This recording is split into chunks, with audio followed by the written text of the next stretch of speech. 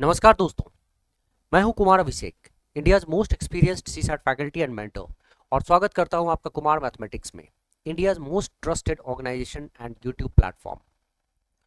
आज मैं बहुत इंपॉर्टेंट बात करने आया हूं।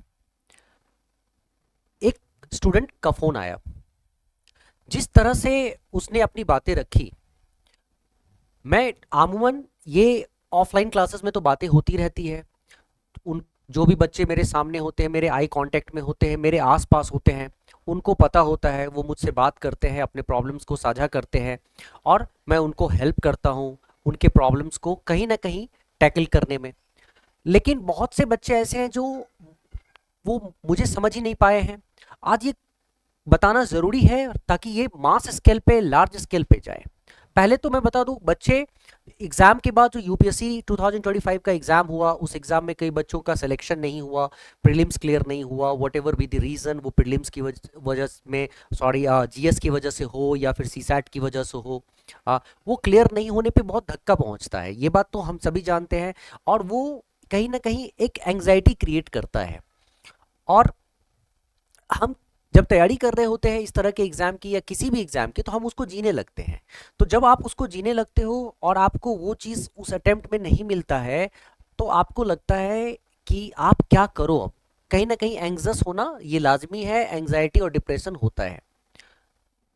मैं आपको इससे डील करना सिखाऊं उससे पहले मैं एक छोटी सी स्टोरी आपको सुनाना चाहता हूं। मुझे लगता है ये स्टोरी कहीं ना कहीं आपको कनेक्ट करेगी, और बहुत मजा आएगा जब आप इस स्टोरी को सही तरीके से समझेंगे और चीजों को समझ पाएंगे, लाइफ को समझ पाएंगे डिफरेंट कॉन्टेक्स्ट में, कि लाइफ क्या है। ये जो एंग्जाइटीज होती है, डिप्रेशन होता है, आपके अंदर जो थॉट्स होते हैं ना इसको लेकर, ये टेम्पररी होते हैं, and how to deal with it आपको ये समझ में आएगा। बट ये स्टोरी बहुत मेरे दिल के करीब है, मैं चाहता हूं आप लोगों के साथ शेयर करूं। देखो, एक छोटा सा शहर है बिहार का, नाम भी ऐसा ही है, सहरसा, शहर जैसा। तो उस शहर में एक लड़का तीसरी चौथी क्लास में था। काफी अच्छी जिंदगी चल रही थी, बहुत बढ़िया। अब इतने इस तरह की क्लास में क्या ही पता चलता है, मतलब इस उम्र में लोग, बच्चों को बहुत अच्छी जिंदगी चल रही थी, कोई दिक्कत नहीं, पढ़ाई वढ़ाई एकदम बहुत टू टंच था, मतलब कहीं से कोई समस्या थी ही नहीं। लेकिन अचानक से क्या होता है कि नियति को कुछ और मंजूर है, नियति ने कुछ और देखा है। तो पापा के उसके पापा की नौकरी, जॉब चली जाती है, कोई भी पॉलिटिकल रीजन से उनका गवर्नमेंट जॉब था, और कहा जाए तो सिंपल लैंग्वेज में उनको सड़क पर आ गए। सड़क पे मात्र इसलिए नहीं आए कि उसके पास एक चाचा जी के दिया हुआ घर था, किसी तरह काम रहने के लिए मिल गया। लेकिन बहुत बुरी स्थिति थी। पापा और मम्मी बहुत मेहनती थे, दो भाई बहन थे, बहुत लाइफ कहीं ना कहीं स्ट्रगलिंग हो गया। तो पढ़ने में अच्छा था, चलता गया समय किसी तरह, बहुत उतार चढ़ाव हुआ, कभी हिंदी, कभी इंग्लिश मीडियम, कभी ये कभी वो। तो पढ़ाई को लेकर बहुत तरह की प्रॉब्लम्स हुई, लेकिन समहाउ ही गेट थ्रू, और he has done 10th class. जब वो 10th क्लास किया, 10th क्लास उसने सीबीएसई मीडियम से किया, लेकिन उसके बाद पैसे ना होने की वजह से वो 11th और 12th सीबीएसई से नहीं कर पाया, और बिहार बोर्ड और इंटरमीडिएट में उसने एडमिशन लिया, and somehow he has done from Bihar board. But problem क्या है कि यहाँ पे वो बच्चा 11th और 12th में मैथ्स लेता है, पीसीएम सब्जेक्ट है, और क्योंकि वो उसका मैथ्स फेवरेट था, मैथ्स बहुत पसंद था उसे बचपन से ही, और वो इंटरेस्टेड था, और वो अच्छा भी था उसमें, तो उसने मैथ्स लिया। लेकिन प्रॉब्लम ये थी कि उसको मैथ्स पढ़ाने वाला कोई नहीं मिला, मतलब 10th के बाद उसे पढ़ाने के लिए कोई नहीं था। कुछ दिन के लिए वो 11th क्लास में एक प्रोफेसर से पढ़ने गया था, जिससे पापा ने रिक्वेस्ट किया था। अब फिर भी पैसे नहीं देने की वजह से, पैसे थे नहीं उसके पास, तो उस प्रोफेसर ने भी उसे बाहर निकाल दिया कि भाई अब आप मत आइए। और अगर देखा जाए तो पढ़ना उसके लिए, वो चीज़ करना कहीं ना कहीं उसके दिल में बसा हुआ था। उसे आईआईटी करना था, उसे एमआईटी में जाना था, उस समय सोच बड़ी थी उसकी। लेकिन ये जो यूट्यूब प्लेटफॉर्म्स हैं या कोई सोशल प्लेटफॉर्म है, ये सब चीज़ उन दिनों नहीं हुआ करता था। बहुत झेलना पड़ा उसे, बहुत झेलना पड़ा। अब उसके जो आसपास के जो बच्चे थे ना, पीयर ग्रुप्स, जो दोस्त थे, वो सब चले गए। कोई कोटा चला गया, कोई दिल्ली चला गया, कोई कोलकाता चला गया, कोई पटना चला गया, बट वो अपने शहर में रह गया, और उसके जैसे एक आध और लोग बच्चे रह गए होंगे। बट बड़ी बात ये थी कि वो बच्चा मैथ्स पढ़ रहा था और उसको मैथ्स का कोई ट्यूशन नहीं था। और हम सभी जानते हैं कि कोई भी 11th या 12th में जब वो मैथ्स पढ़ने सब्जेक्ट लेता है, बिना टीचर के वो कर पाना बहुत बहुत बहुत मुश्किल काम है। हाँ, नामुमकिन तो नहीं कहूँगा, लेकिन बहुत मुश्किल काम है। ठीक। और ऐसे केस में वो आईआईटी का ख्वाब था उसका, बहुत बहुत मुश्किल निकला। जब उसने देखा कि इतनी प्रॉब्लम हो रही है, उस शहर से बाहर वो जा नहीं पा रहा है, तो बाहर से जब कोई बच्चा पढ़ के आता था ना, कोटा वगैरह से, तो वो इंतजार करता रहता था कि अमन भैया आएंगे तो उनसे पूछेगा, कोई जिया दीदी आएंगी तो उनसे पूछेगा। लेकिन सब किसी तरह देखो, उसका हर चीज पढ़ाई में जो उसकी दिलचस्पी थी ना, इन वजह से, क्योंकि उसको सपोर्ट नहीं मिलता था, कहीं ना कहीं उसको लग रहा था, बहुत दुखी था कि वो कैसे अचीव करेगा। तो उसने एक मन बनाया कि जब प्रॉब्लम्स हो ही रही है तो इस प्रॉब्लम से लड़ते हैं एंड लेट्स मूव समवेयर। तो वो कुछ दिन पापा के साथ पटना में रहा समहाउ, लेकिन फिर भी वो चीज़ पूरी नहीं हो पाई, नहीं क्लासेस मिल पाई। जो थोड़े बहुत मिल गए, थोड़ी चीज़ें जो मैथ्स है इंपॉर्टेंट, वो तो कभी मिल ही नहीं पाया। तो वो क्या करता है, वो शिफ्ट करता है, दिल्ली की ओर आ जाता है, वो दिल्ली चला जाता है। और उसने ये सोचा कि दिल्ली जाकर वो खुद से अपना कमाएगा भी और खुद से पढ़ाई भी करेगा और अपने उद्देश्य की पूर्ति करेगा। तो दिल्ली आते ही सबसे पहले वो किसी टेक्निकल कोर्स में जहां एडमिशन लेने की कोशिश करता है, लेकिन पैसे नहीं थे, उसकी वजह से उसमें हुआ नहीं।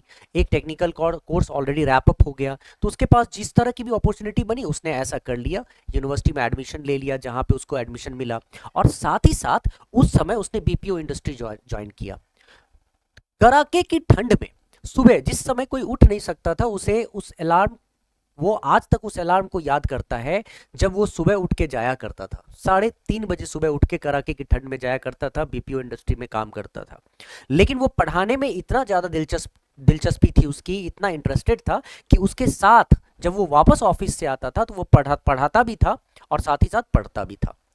इस तरह से चीज़ें चलती गई। वो कई ऑर्गेनाइजेशंस वगैरह में काम करता गया, उसकी इंग्लिश थोड़ी बहुत अच्छी थी, धीरे धीरे उसको अपॉर्चुनिटीज़ मिली, फिर फाइनेंस में अलग अलग जगहों पे कई ऑर्गेनाइजेशंस में काम किया, लेकिन पढ़ाना कभी नहीं छोड़ा।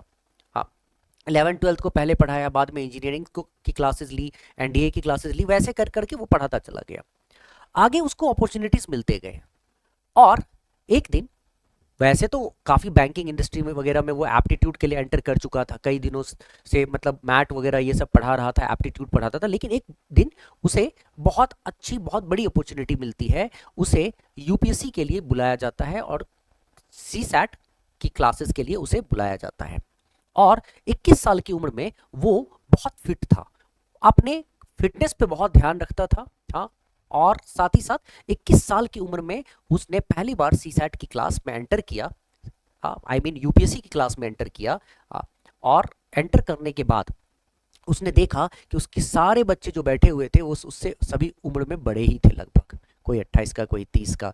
कई क्लासेस वो लिया करता था जिसमें नेट की क्लासेस होती थी, यूपीएससी के अलावा पीसीएस के एग्जाम्स हुआ करते थे, अलग अलग इंडिया में अलग अलग जगहों पे जाना होता था। And he was well known, तो लोग उसको पसंद पसंद करते थे। और ये समझ लो कि कई 35-35 साल के उस समय के बच्चे जो नेट दिया करते थे या पीसीएस दिया करते थे, मोर देन 40 भी होते थे, तो वो 21 साल का था और लोग उसे पसंद करते थे। तो वो he was feeling like outstanding, मतलब चीजें एकदम बहुत सही चल रही थी, बहुत मजेदार, एकदम सुपर स्टारडम मिला हुआ था उसे, क्योंकि उसने पहली क्लास शुरू की थी यूपीएससी के सीसैट की। उससे पहले वो यूपीएससी को पढ़ाता था जीएस में। अब होता क्या है, बहुत मजा आ रहा था उसे, क्योंकि वो पहले आईआईटी करना चाहता था, but due to some reason he couldn't. तो आगे उसका दूसरा इंटरेस्ट बना था कि वो लॉ करेगा। लॉ में उसने एडमिशन लिया, लॉ वो करना शुरू करता है। इधर साथ ही साथ चूंकि पढ़ाना उसका पैशन था, वो पढ़ाता रहा, बट उसने अपने प्रोफेशन को के लिए लॉ माना था कि वो लॉ करेगा। चलता गया, उधर पढ़ाई लॉ की चल रही थी, इधर पढ़ाना चल रहा था, सब कुछ चलता गया साथ ही साथ। लेकिन जो एक स्टारडम था उसके पास, पढ़ा पढ़ा कर लोगों के, बच्चों के बीच में जो उसका एक नाम था, वो उस कहीं ना कहीं उस चीज से ओवरवेल्म्ड था, है ना, मतलब उसे बहुत अभिभूत करता था वो। लेकिन नियति को कुछ फिर से मंजूर नहीं था वो। और उसके साथ एक दिन इंसिडेंस होता है।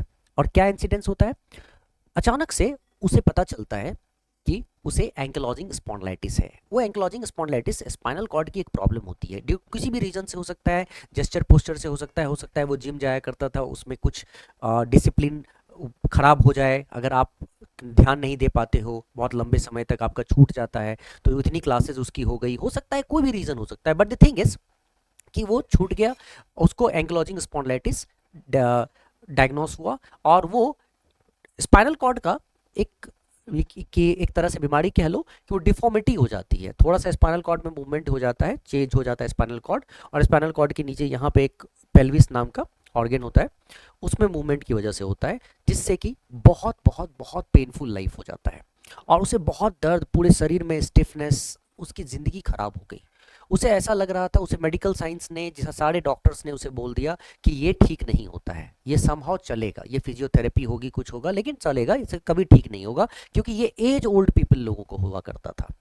अब तो उसे लगा बेड पे पड़े पड़े कि यार ऐसी कौन सी बीमारी हो गई, कौन सा कैंसर हो गया, लेकिन वो इस चीज़ को मानने को तैयार नहीं था कि उसे कुछ ऐसी चीज़ हो गई है, हाँ, जिस जो उसके लाइफ को यहीं पर रोक देगा।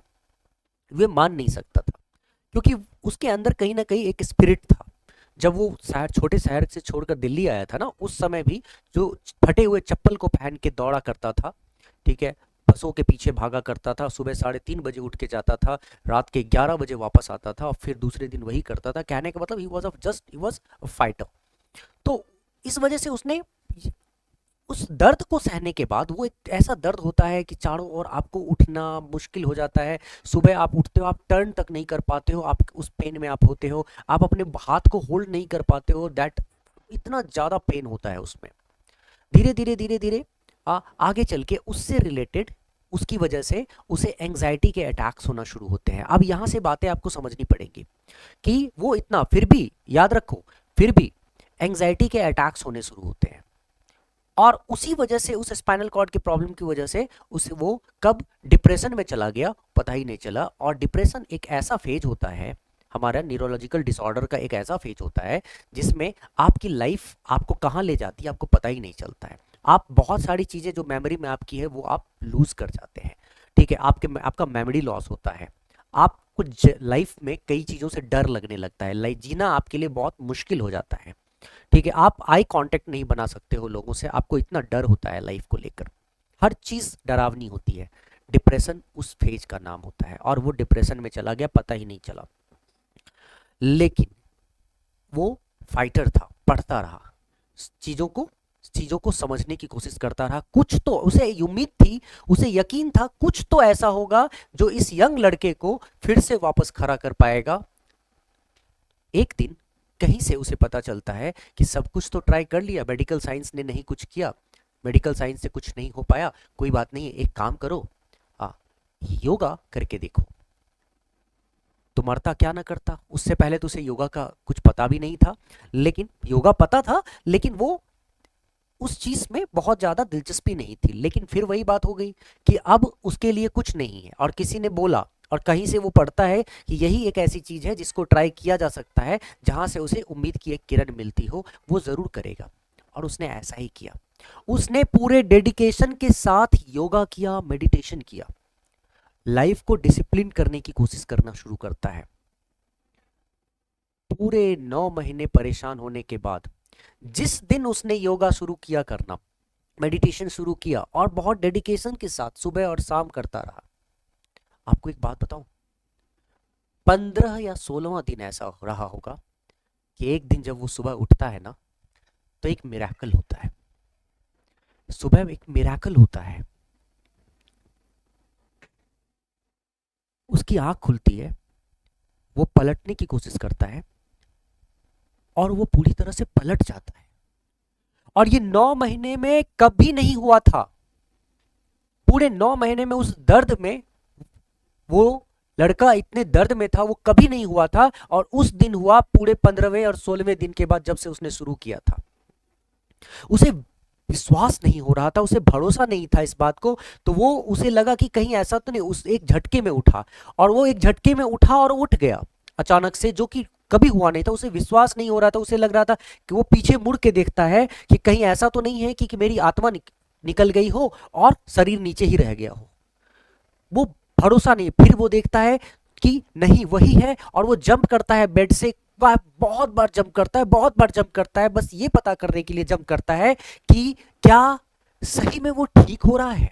क्या वो चीज जो 6-9 महीने से उसको वो नहीं कभी फील कर पाया था, और वो बस उसके आस में वो चीजें थी, वो उस उम्मीद में कि वो चीजें थी, वो उसको उस समय मिल चुकी थी। ये उसके लिए मेस्मराइजिंग मोमेंट से कम कुछ भी नहीं था। वो कभी उस इंसिडेंट्स को नहीं भूल सकता है। उस समय उसे ऐसा महसूस हुआ कि उसने नया जन्म लिया है। एक बार माँ के एक बार माँ के कोख से, और एक बार उस समय उसने पहली बार फिर से 9 महीने के बाद जन्म लिया। लेकिन ये सब करते करते करते करते पढ़ाता रहा वो हमेशा। कई चीज़ें मेमोरी से बाहर हो गई, कई चीज़ें भूल गया, लेकिन कभी पढ़ाना नहीं छोड़ा। लाइफ मुड़ता गया, चीज़ें चलती गई। डिप्रेशन में घुसा। डिप्रेशन में कई बार डिसिप्लिन में रहने की वजह से सारी चीज़ें ठीक रही, कई बार डिसिप्लिन थोड़ा सा भी चेंज होने की, डिसिप्लिन में बदलाव होने की वजह से उसको डिप्रेशन के बहुत साइड इफ़ेक्ट्स झेलने पड़े। 2 साल दवाई खाने के बाद, 2 साल मेडिकेशंस के बाद, योगा, प्रॉपर योगा मेडिटेशंस के बाद उसने बाउंस बैक किया। इतने बुरे फेज में एंटर करने के बाद उसने बाउंस बैक किया, और आज वो सी सैट ही नहीं, वो आज वो स्टूडेंट्स के हर लेवल पे स्टूडेंट्स का मेंटोर है, गाइड है। यूपीएससी के स्टूडेंट्स तो यूपीएससी के स्टूडेंट्स, कोई भी ऐसा एग्जाम नहीं है, कोई भी शख्स ऐसा नहीं है जो उसके पास आता है और वो उसको गाइड करने से पीछे हटता है। आज वो यूपीएससी के फील्ड में गाइड है, सी सैट का फैकल्टी है, और वो फैकल्टी मैं हूं, वो मेंटर मैं हूं। मुझे नहीं लगता है कि इसमें किसी को अभी तक कोई सरप्राइजिंग था किसी के लिए। मुझे नहीं लगता है कि इसमें कुछ छिपा हुआ था, सबको आइडिया लग गया होगा कि मैं क्या बोलने वाला हूं। तो आपको मैं ये बताना चाह रहा हूं कि मैंने वो लाइफ में वो सब चीज़ झेल लिया है, मैंने वो सब कुछ देख लिया है, मैंने जीवन के उन चीज़ों को अनुभव कर लिया है जहाँ में एक छोटे से शहर में जहाँ पढ़ाई को, मैथ्स पढ़ने के लिए टीचर नहीं मिला, और मैं मैथ्स का फैकल्टी हूँ। सोच के देखो तुम, मुझे कोई 11th के बाद मैथ्स मेरे पढ़ने तक का, कोई बिना मैथ्स के 11th 12th करता है क्या बिना टीचर के? कोई मैथ्स के पढ़ने का टीचर नहीं मिला, फैकल्टी नहीं मिला, और आज मैंने मैथ्स खुद से किया, मैंने इंजीनियरिंग के बच्चों को पढ़ाया है और खुद से पढ़ाया है पढ़ के। कितना स्ट्रगल रहा होगा, बीपीओ इंडस्ट्री से लेकर अलग अलग ऑर्गेनाइजेशन से लेकर। एक बार तो कहीं मैं गया हुआ था, मुझे पूछते हैं इंटरव्यू में, तुमने तो बड़े घाट घाट के पानी पिए हैं, पानी पी रखा है। तो भाई अगर मैंने घाट घाट का पानी पिया है तो क्या गलत किया है? क्या गलत किया है? प्यास लगी थी, जिस घाट पे पानी मिला वहां जाकर पी लिया। आपको क्या प्रॉब्लम है आज? इसीलिए तुमने मुझे आज तक स्ट्रांग पर्सन के रूप में देखा है कि अभिषेक सर बहुत स्ट्रांग हैं, स्ट्रांग पर्सनालिटी है। लेकिन अभिषेक सर की वो जर्नी, वो स्ट्रगल कितने लोग जानते हैं कि वो कहां से उठ के आया है और यहां कैसे पहुंचा है?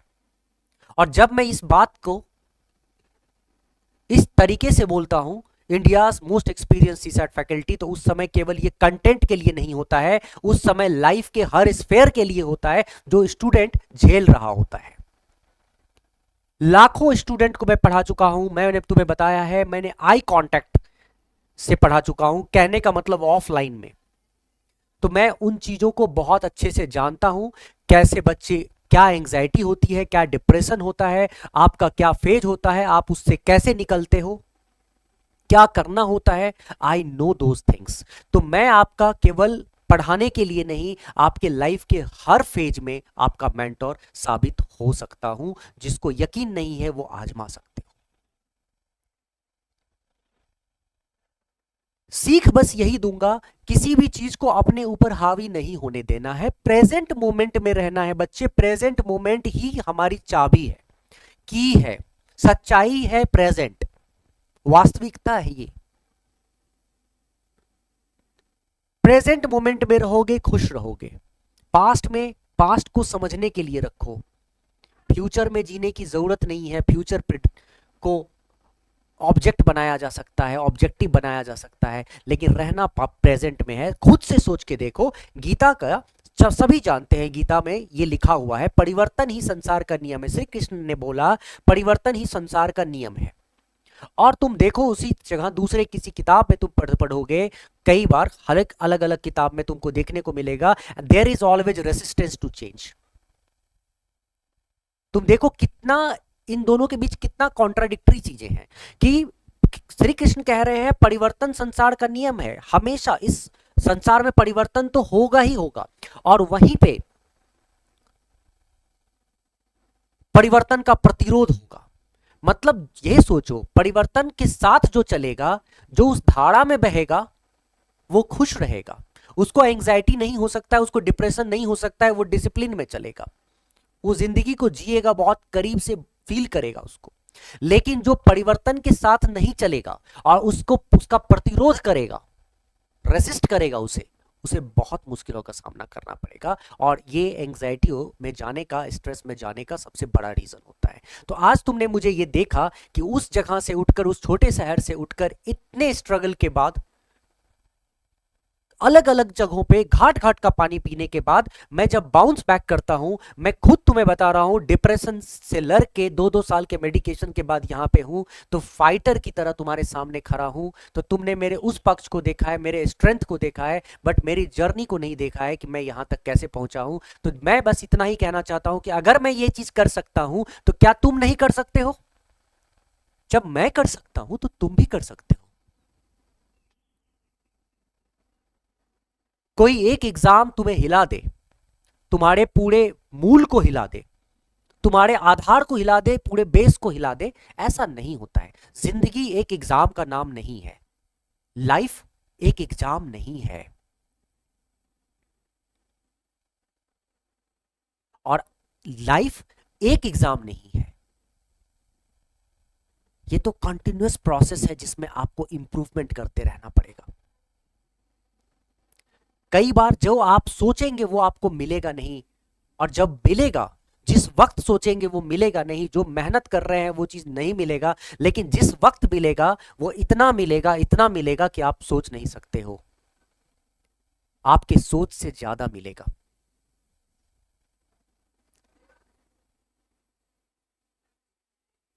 कई सीरीज में लाऊंगा, हर बच्चे को बस यही बताना चाहता हूं कि देखो, मैंने अपनी स्टोरी को, मैं हर जगह ये चीज नहीं बोलता हूं, लेकिन आज मुझे ऐसा लगा कि ये बोलना जरूरी है, तुम तक ये बातें पहुंचनी चाहिए, तुमको ये समझ में आना चाहिए कि ये सर देखो, मैं अपनी बात कह रहा हूं तुम्हें, मैं कई चीजें मैं पढ़ चुका हूं, इतना सब कुछ पढ़ने के बाद, इतना सब कुछ अर्जित करने के बाद भी मुझे बहुत कुछ याद नहीं है। मैं कहाँ घबराता हूं, कभी नहीं घबराता हूं, क्योंकि मुझे पता है मैं कर करके फिर हासिल कर लूंगा।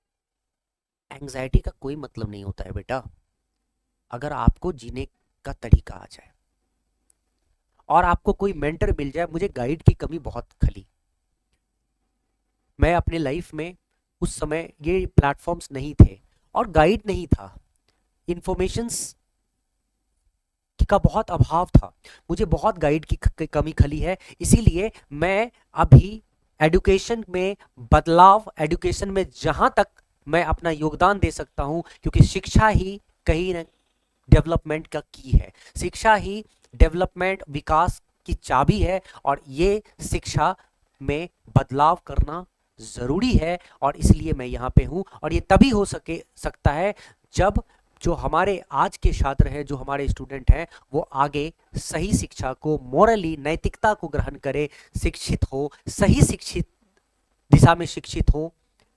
और ये इसके लिए ये हम प्रतिबद्ध हैं, और ये मेरा कर्तव्य है, मैं इसलिए गाइड बनाऊं।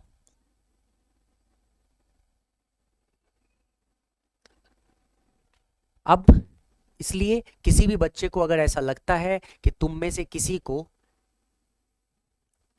कि कहीं से भी कोई भी प्रॉब्लम, चाहे मेंटल लेवल पे हो रहा हो, चाहे तुमको पढ़ाई में, या तुम्हें लग रहा हो कि तुम्हारे करियर से रिलेटेड तुम्हें स्ट्रेस हो, तुम मुझसे डायरेक्ट जुड़ सकते हो, मुझसे जुड़ो। मुझसे जुड़ने के लिए बहुत से प्लेटफॉर्म्स हैं। तुम्हारा मेरा इसी यूट्यूब चैनल पे अपने दोस्तों को बोलो, अपने जूनियर्स को बोलो, शेयर करो, सब्सक्राइब करो मेरे चैनल को, ठीक है, लाइक तो खैर कर ही देना, है ना। साथ ही साथ आगे बढ़ाओ, जितना आगे बढ़ाओगे, जितने लोगों तक पहुंचाओगे, हाँ, उतना बेटर होगा।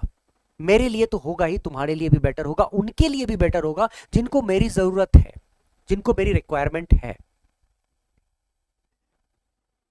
ऑफलाइन क्लास में बच्चे मुझे बहुत प्यार करते हैं, अब मैं ऑनलाइन पे देखना चाहता हूं कि मैं जिनको देख नहीं पा रहा हूं, मैं उनको भी चाहता हूं कि वो बेनिफिट उनको मिले मेरे। और अब आपको समझ में आ रहा होगा कि जब मैं बोलता हूं एक्सपीरियंस, तो ये कौन सा एक्सपीरियंस है। पढ़ाने से लेकर वो हर चीज जो आप सोच रहे हो ना, शायद मैंने उसको झेला है, और तब जाकर इतना मजबूत बन के मैं सामने आया हूं। इसीलिए फाइटर हूं, फाइटर बनना सिखाऊंगा, मैंने बोला बोला था। इसके अलावा लास्ट में एक चीज केवल बोलूंगा, जो केवल सी सैट के बच्चे, वैसे यूपीएससी के बाकी बच्चे, यूपीएससी ही नहीं जितने भी बच्चे हो, अगर कोई दिक्कत होती है मेरे यूट्यूब चैनल के साथ तो जुड़ ही रहे हो, जुड़ोगे ही। अगर सी सैट के बच्चे जो इस बार सी सैट में जिनका एग्जाम अच्छा नहीं हुआ है और वो तैयारी करना चाहते हो, तो मैं तुमसे समय मांगता हूं बेटा, मुझे समय दो। और सी सैट का अब पैटर्न चेंज हो रहा है, UPSC has to maintain its own standard. तुम देख रहे हो मैं जो पढ़ाता हूँ वो एग्जाम में आता है, पहले वाले वीडियो को चेक कर लो, तुम्हें अपने पता चल जाएगा। वो सारी चीज़ें जो मैंने पढ़ाई है, जो स्ट्रैटेजी मैंने बताया है, वो सब एग्जाम में आ रहा है। तो बस अब एग्जाम में पैटर्न बदल रहा है, उस पैटर्न को क्रैक करने की जरूरत पड़ेगी। आपको फाइट करना पड़ेगा, सीसैट को उस एप्टीट्यूड लेवल को अचीव करना पड़ेगा जो जो जो यूपीएससी आपसे एक्सपेक्ट कर रही है। वो आपको लास्ट के 2 महीने में 3-3 4-4 घंटे पढ़ के नहीं होगा, वो 1.5-1.5 घंटे पढ़ के पूरे साल होगा। अगर हफ्ते में 5 दिन भी 1.5-1.5 घंटे आप करते हो, तो आप लॉजिकली अपने आप को स्ट्रांग करोगे, पैटर्न को क्रैक करना सीखोगे। बहुत सी चीजें आपको करनी पड़ेंगी, पहले कॉन्सेप्ट्स को क्लियर करना पड़ेगा आपको, फिर प्रैक्टिस करनी पड़ेगी, नए नए क्वेश्चंस प्रैक्टिस करने पड़ेंगे, हर तरह के पैटर्न को क्रैक करना पड़ेगा, क्वेश्चंस के टेस्ट देना पड़ेगा, एनालिसिस करना पड़ेगा उसका। There are so many different things we have to do together. तो जिन बच्चों को लगता है सीसैट में अच्छा नहीं रिजल्ट हुआ और वो अच्छा करना चाहते हैं, तो लेट मत करो, बिकॉज हाँ, it can cost you next attempt also. CSAT आपके अटेम्प्ट को खराब कर रहा है, तो आप सीसैट आगे 2026 का अटेम्प्ट खराब ना करें। आज ही ज्वाइन करो मेरा निर्भीक 3.0 बैच, जिनको लगता है कि उनको करना है, जो सीरियस एस्पिरेंट्स हैं। और आगे इस कोर्स को शेयर भी करो, सब्सक्राइब शेयर करो, और जितना ज़्यादा शेयर करोगे उतना बेटर होगा। चैनल को तो खैर सब्सक्राइब ही करने की बात मैंने बताई ही दी है।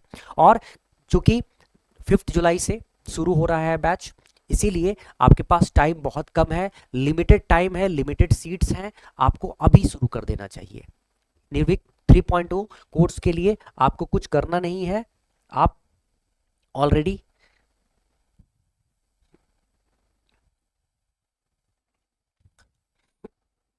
ये आप देखोगे, लाइव और रिकॉर्डेड सेशंस, मतलब लाइव पढ़ाऊंगा, रिकॉर्डेड सेशंस ऑलरेडी आपको मिल जाएगा, डाउट सॉल्विंग टेस्ट सीरीज, ये सब तो मैंने आपको बता ही दिया है। इंपॉर्टेंट ये है कि जब आप मेरे चैनल पे जाओगे तो आपको यहाँ यहाँ किसी भी वीडियो में एंटर करना है। वीडियो में एंटर करोगे, वीडियो में एंटर करने के बाद आपको मोर पे जाना है। जैसे ही आप मोर पे जाओगे तो आपको सारा कुछ दिख जाएगा। मतलब आपको मेरे कोर्स को ज्वाइन नहीं करना है, मत करो, कोई बात नहीं है, लेकिन यहाँ ऐप डाउनलोड कर लो, किसी तरह मुझसे जुड़ो, ठीक है। चाहे फ्री मटेरियल्स के लिए भी जुड़ सकते हो तुम, चाहो तो यहाँ पे गाइडेंस के लिए, कोई भी गाइडेंस हो, तुम जुड़ सकते हो। ये मेरा व्हाट्सएप है, जैसे ही क्लिक करोगे मेरा व्हाट्सएप तुमको खुल जाएगा। यहाँ पे तुम देख रहे हो ये कोर्स लिंक है, डायरेक्ट कोर्स लिंक, क्लिक करोगे तुम कोर्स पे पहुंच जाओगे, ठीक है। जो भी हो, ये सीसैट का ये वेबसाइट है, तुम इस पे एंटर करोगे अपने आप वेबसाइट खुल जाएगा। यहाँ एक ट्रिपल लाइन होगा, ट्रिपल डॉट होगा, उसको क्लिक करोगे, क्लिक हियर आएगा, जैसे ही क्लिक करोगे तुम फिर से कोर्स पे पहुंच सकते हो। अगर कोर्स तुम लेना है तुम कोर्स लो, नहीं लेना है, तुम्हें यूट्यूब से फायदा हो जाए, तुम्हें टेलीग्राम से फायदा हो जाए, जैसे हो जाए करो। बट द थिंग इज, अगर तुम सीरियस हो कि नहीं पढ़ना है तो अभी ज्वाइन करो, सीट्स बहुत कम है और आगे चल के उतना समय तुम्हारे पास नहीं रहेगा। तो ऐसा है कि तैयारी आपको अभी से शुरू करनी पड़ेगी। तो निर्भीक 3.0 कोर्स आपको ज्वाइन करना चाहिए। अगर प्रिपरेशन के लिए आपको आगे करना है तो अभी करो।